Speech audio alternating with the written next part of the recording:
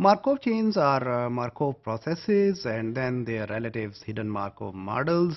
They are mostly used in gene prediction, and since we know about probabilities, so far we have seen them in previous sections.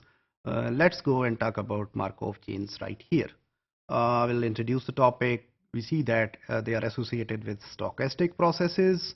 We'll define what these Markov chains are, and then we will look into what a Markov property is, and we'll talk about a couple of other features before we conclude. So Markov chains, they were introduced in 1906 by Henry Andreevich Markov, and they deal with stochastic process. So what is a stochastic process? So any process that has some underlying probability. So anything that has some probabilities associated with it can be treated as a stochastic process.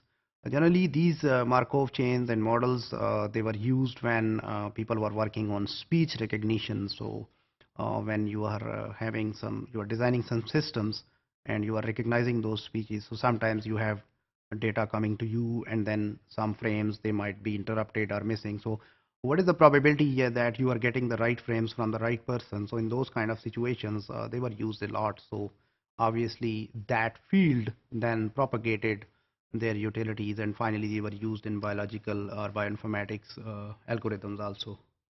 Here is Henry Markov, Russian mathematician. He is best known for his work on stochastic processes, and primary subject of his work later on it was known as Markov chains or Markov processes.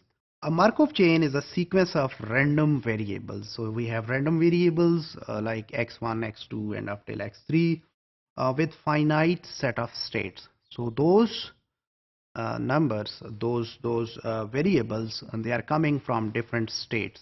So that is the idea or the main concept behind this.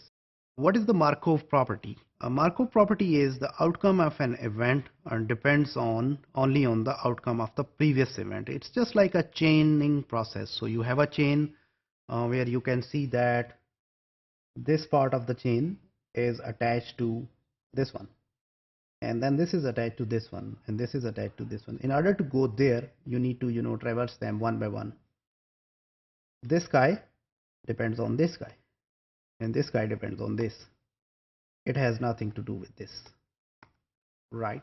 So these kind of situations where we have those states which are chained together, we can say that the present state depends upon the previous, and the next state depends upon the present. So this kind of chaining process, we call it as they are having this Markov property. So far what we have seen is that there is a set of states. We have S1, S2 and S3. The process starts in any one of the states and moves successively from one state to another. We will define these states when we talk about those nucleotide strings, like the positions. So positions within your amino acid chain or positions within your DNA, we can take them as different states. So each move is a step from one place to another, guys.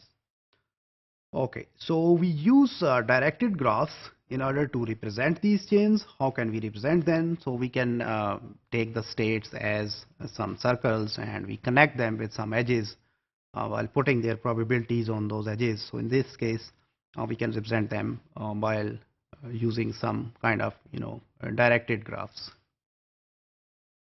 Where vertices, they represent states, and arrows represents possible movements, right, in one unit time, and the numbers, they will show you those probabilities. So we'll look into this example right here. So we have a state 1 in which the system is in, and there is the probability that from this state it will move into state 2, and the probability is half. So in this case, it's kind of a fair trial, and from this system, from this state 2, it can get back to 1.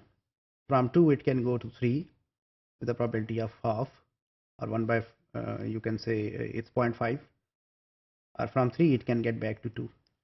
So just have a general or a brief idea what is about, and we'll talk more in the later sections. So far what we have seen in this section is that a stochastic process in which probability of next state to occur depends on the present state. That kind of a stochastic process is called as a Markov process.